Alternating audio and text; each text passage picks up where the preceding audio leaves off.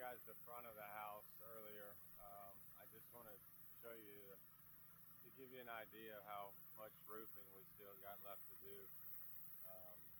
We normally do 45 to 50 squares roofing in a day. This roof is about three of those roofs put together. Um, it's a very large square footage, and not to mention it's steep, two-story.